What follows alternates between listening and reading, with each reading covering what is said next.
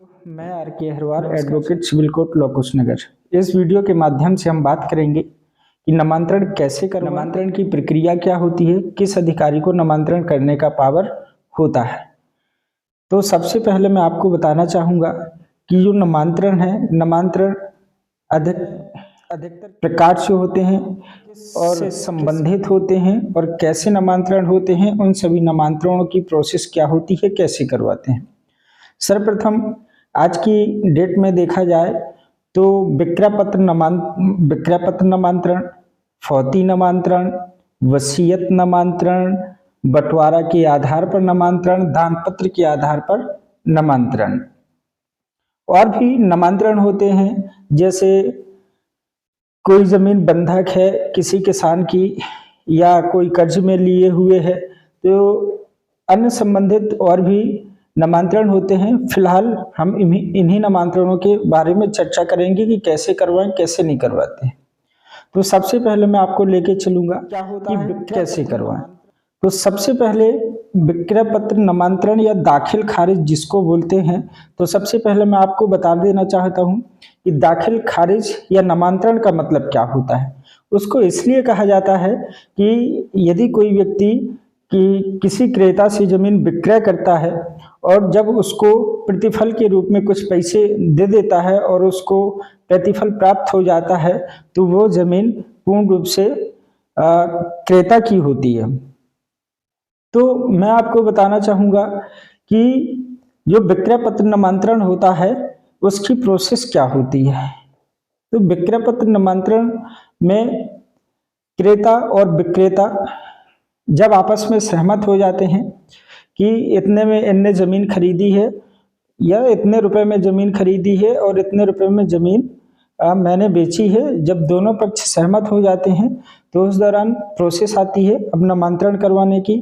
तो मध्य प्रदेश में यदि विक्रय पत्र नामांतरण की बात आती है या दाखिल खारिज की बात आती है, तो दाखिल खारिज का मतलब होता है कि जिससे मैंने ज़मीन खरीदी है उस जगह पर मेरा नाम दाखिल करो, और खारिज का मतलब होता है कि उसका नाम जो विक्रेता है उसका खारिज करो और मेरा वहां पर दाखिल करो।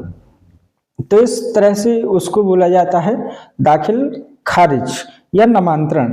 तब क्रेता विक्रेता की आपसी सहमति हो जाती है। तो आपसी सहमति होने के दौरान उस अपने मध्य प्रदेश राज्य की बात करूंगा मैं, मध्य प्रदेश राज्य में जो संबंधित हमारी तहसील होगी, वहां तहसील पर जाकर हम आवेदन फाइल करेंगे और वहां पर अपना सहमति पत्र या शपथ पत्र या एफिडेविट वहां पर लगाएंगे कि जो मुझे प्रतिफल प्राप्त होना था, क्रेता अपना लगाएगा कि जो मुझे प्रतिफल प्राप्त होना था वो मैंने पूर्ण रूप से कर लिया है, और विक्रेता अपना लगाएगा कि जो मुझे इनका प्रतिफल देना था मैंने इनको दे दिया है और कोई इनका देना शेष नहीं है। क्रेता बोलेगा मेरा कोई लेना शेष नहीं है, और आपको वहाँ पर सहमति जो तहसीलदार महोदय होंगे उनके समक्ष आपको सहमति देना होगी, और सहमति देने के उपरांत आपका जो नामांतरण होता है वो नामांतरण आपका कर दिया जाएगा। लेकिन कुछ कंडीशनें गवर्नमेंट हमारे मध्य प्रदेश सरकार की भी होती हैं कि हमें किस आधार पे करना है, किस आधार पर नहीं करना है। कई तहसीलों में देखा जाता है कि पुरानी से पुरानी नकलें मंगाई जाती हैं। यदि उसमें भूमि स्वामी का जिक्र होता है तो उस नामांतरण को या दाखिल खारिज को कर दिया जाता है। ये था अपना विक्रय पत्र नामांतरण। विक्रय पत्र नामांतरण बेचना या जमीन को खरीदना, ये विक्रय पत्र नामांतरण से संबंधित आता है, या विक्रय पत्र दाखिल खारिज जिसको बोला जाए। अब मैं आपको लेके चल क्या होता है बात। फौत का मतलब होता है डेथ।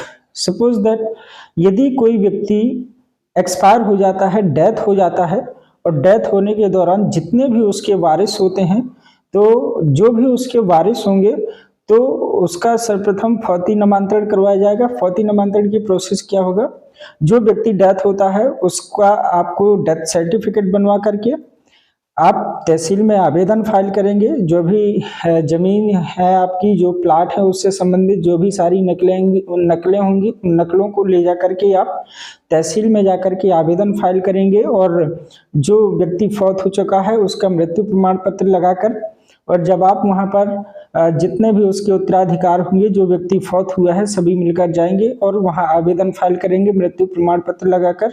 उस आधार पर सभी की सहमति के द्वारा आपका नामांतरण कर दिया जाएगा और फौत हुए व्यक्ति के नाम जितनी भी जमीन होगी और जितने उसके वारिस होंगे, सभी वारिसों के नाम उस जमीन को कर दिया जाएगा।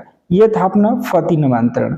आइए मैं आपको लेके चलता हूँ वसीयत नामांतरण। कभी आपने अपने गांव तबके में या शहर में देखा होगा कि जो वृद्ध है, असहाय है, जिसके कोई उत्तराधिकार नहीं है, या उत्तराधिकार होने के बावजूद भी कोई बुजुर्ग व्यक्ति है, बीमार से ग्रसित है, उसकी देख रेख करने में कोई नहीं होता, या उसका सेवक कोई नहीं होता, या सेवा करने वाला कोई नहीं होता, तो कभी कभी क्या होता है, वसीयत जिंदा व्यक्ति मरने से पहले अपनी जो भी प्रॉपर्टी जिंदा जीते दूसरे के नाम कर देता है, और इसके बाद जब वह व्यक्ति मर जाता है तो मरने के दौरान जो प्रॉपर्टी, जो जमीन जो व्यक्ति मर चुका है, जो जिसके नाम करके गया है, उस व्यक्ति के नाम उसके मरने के बाद जो जमीन का मालिक था उसका वसीयत नामांतरण जिसने सेवा करी है या जिसको वो दे करके गए हैं उसके नाम कर दिया जाएगा। लेकिन ये कैसे किया जाएगा? यदि वसीयत देखें, वसीयत लिखाई जाती है, चाहे वो रजिस्टर्ड वसीयत हो, चाहे स्टाम्प से संबंधित वसीयत हो, तो वसीयत तब तक शुभ मानी जाती है जब तक प्रॉपर्टी का मालिक जिंदा रहता है। जब प्रॉपर्टी का मालिक वसीयत करने के बाद डेथ हो जाता है या खत्म हो जाता है, तब उस व्यक्ति को, जिसके नाम प्रॉपर्टी की गई है, उस व्यक्ति को संबंधित तहसील जाना है और संबंधित तहसील में अपने सारे सबूत, एविडेंस और जो भी उसके द्वारा वसीयत लिखी गई है, जितने लोगों के समक्ष लिखी गई है, उसको पेश करना होगा। और पेश करने के दौरान जो भी न्यायालय या तहसीलदार महोदय जो भी उचित समझेंगे, उस समक्ष में आपका नामांतरण कर दिया जाएगा। अब मैं आपको लेके चलता हूँ बंटवारा नामांतरण क्या होता है। यदि पुराने समय में क्या होता था बंटवारा नामांतरण में, कि शामिल खाते में जो भी आपको लीज से जमीन मिलती थी या पट्टे से जमीन मिलती थी, शामिल खाता में कभी ऐसा होता था कि 4 यदि भाई हैं या 4 लोग हैं तो 4 लोगों के नाम एक पूरा पट्टा कर दिया जाता था। उस पूरा पट्टा करने के दौरान अब उनको ऐसा लगता है कि जब हमारा इकट्ठा बना, अब हमें अलग अलग जितना जितना हमारे उस पर पड़ता है तो हमें उसको क्या करना चाहिए, बंटवारा करके अपनी अपनी भूमि को करवा लेना चाहिए। इसके बाद जब बंटवारा होता है, सपोज दैट 1 एकड़ का पट्टा है और 4 व्यक्तियों के उसमें नाम है, तो यदि उनको बंटवारा करवाना है तो 1 एकड़ में चारों लोगों के नाम जितनी भी जमीन आएगी वहां पर बंटवारा किया जाएगा तहसीलदार महोदय के यहाँ। जब आपका बंटवारा हो जाता है तो उसको उत्तराधिकार या भूमि स्वामी बनने के लिए सब जितने भी बंटवारा में लोग शामिल हैं या 4 लोग शामिल हैं, तो सबको नामांतरण सब अपने बंटवारे के साथ नामांतरण करवाएंगे। और जब नामांतरण चारों बंटवारा के बाद जब नामांतरण करवाएंगे तो चारों व्यक्ति अपने अपने भूस्वामी उसमें बन जाएंगे। ये था बंटवारा से संबंधित। अब मैं आपको लेके चलता हूँ दान पत्र। क्या होता है दान पत्र में? कभी ऐसा होता है कि गिफ्ट जिसको बोला जाए, गिफ्ट कर दिया जाता है। और कभी किसी व्यक्ति को, यदि कोई व्यक्ति हमारे साथ अच्छा काम करता है तो अच्छा काम करने के साथ हम लोग क्या करते हैं, उसको गिफ्ट करते हैं और उसको चीज़ें दे देते हैं कि चल भाई इतना तू रख ले। यदि आपने उस व्यक्ति को दान कर दिया तो दान किए हुए व्यक्ति का अधिकार बनता है कि उस जो भी प्रॉपर्टी उसको दान की गई है वह अपने संबंधित तहसील में जाकर के आवेदन फाइल करके, और उस आवेदन फाइल करने के दौरान वो अपना नामांतरण, दान पत्र नामांतरण करवा सकता है।